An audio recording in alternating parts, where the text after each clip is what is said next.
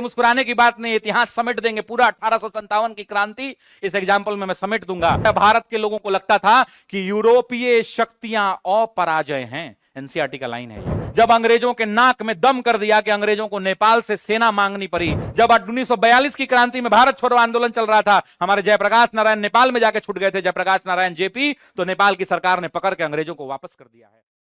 मान लीजिए कि कोई आजादी देवी नाम की महिला है। इस महिला का वजन जो है 39 किलो है। दिल पे नहीं लेना है, लो 40 किलो कर देते, नहीं तो इसको लगेगा कि मेरे ही लिए बोल रहे हैं।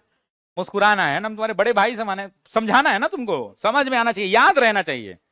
क्लास में टीचर वही बढ़िया जो घर जाके पढ़े ना पढ़े, बात है ना। हाँ हाँ, तब तो अब हमको बहुत लोग कह रहा है सुनिए, तो आजादी देवी हैं, ये 40 किलो की थी और इनको लड़ना था, मान लीजिए एक सुमो पहलवान से, इनका नाम था रिंकू सिंह।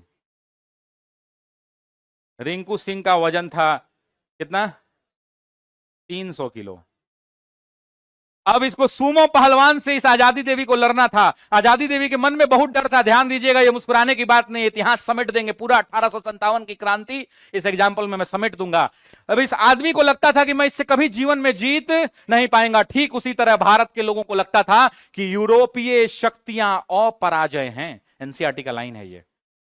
मतलब भारत के लोग था कि इनको कभी जीवन में यूरोपियों को, अंग्रेजों को हराया ही नहीं जा सकता है। इसीलिए भारत के लोगों को लगता था कि यूरोपीय शक्तियां अपराजय हैं।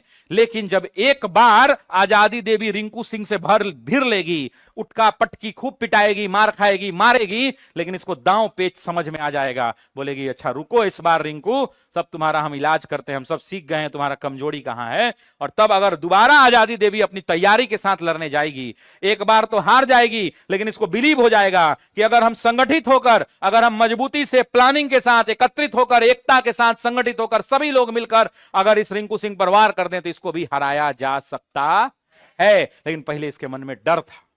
वही हाल भारत के लोगों का हुआ। भारत के लोग भले 1857 की क्रांति हार गए, लेकिन उनको पता चल गया कि जब भारत का एक छोटा सा क्षेत्र, इतना ही क्षेत्र का लोग जब अंग्रेजों के नाक में दम कर दिया कि अंग्रेजों को नेपाल से सेना मांगनी पड़ी, और ये नेपाल ने हर बार हमारे पीठ में खंजर घोंपा है। 1857 की क्रांति में 1.5 लाख से ज्यादा सैनिक अंग्रेजों ने मदद किया है। जब 1942 की क्रांति में भारत छोड़ो आंदोलन चल रहा था, हमारे जयप्रकाश नारायण नेपाल में जाके छुट गए थे, जयप्रकाश नारायण जेपी, तो नेपाल की सरकार ने पकड़ के अंग्रेजों को वापस कर दिया है। ये अंग्रेजों को और ये नेपाल ने हमेशा से भारतीयों को पीठ में खंजर घोंपा है, इस बात को याद रखिएगा। इसलिए आप लोग काठमांडू, पोखरा ये सब जाना बंद कर दीजिए, एकदम मत जाइए, बाइकआउट कीजिए इसका। समझ रहे मेरी बात को? हाँ, ऐसे करके तो हम पूरा दुनिया बाइकआउट करवा देंगे कुछ देर में। तो मेरा यह कहना है कि जब भारत के लोग संगठित हुए, भले 1857 की क्रांति में हार हुई, पराजय हुई, लेकिन भारत को लोगों को यह लग गया कि अगर हम भारत के लोग संगठित होकर, मजबूती से एकत्रित होकर, जाति भेदभाव से ऊपर उठकर राष्ट्र के प्रति अपने आप को समर्पित कर राष्ट्रवाद की भावना को जागृत कर योजनाबद्ध तरीके से अगर अंग्रेजों के खिलाफ मुहिम छोड़ दे, तो आज नहीं तो कल अंग्रेजों को पराजित किया जा सकता है। और जब अंग्रेज हारेंगे तो हमारा देश जीत कर बाहर आएगा और हम स्वतंत्र होंगे और आजाद होंगे। तो ये कहानी यहीं से शुरू होगी 1857 से, और ये कहानी जब निकलेगी तो आजादी के लिए लड़ाई लड़ी जाएगी और उसके लिए एक संगठन का निर्माण होगा, और वो संगठन बनेगा भारतीय राष्ट्रीय कांग्रेस। कांग्रेस उठा पटक करेगा, आगे बढ़ेगा, निकलेगा, और लड़ते लड़ते, युद्ध लड़ते लड़ते भारत को 1947 में क्या मिलेगी?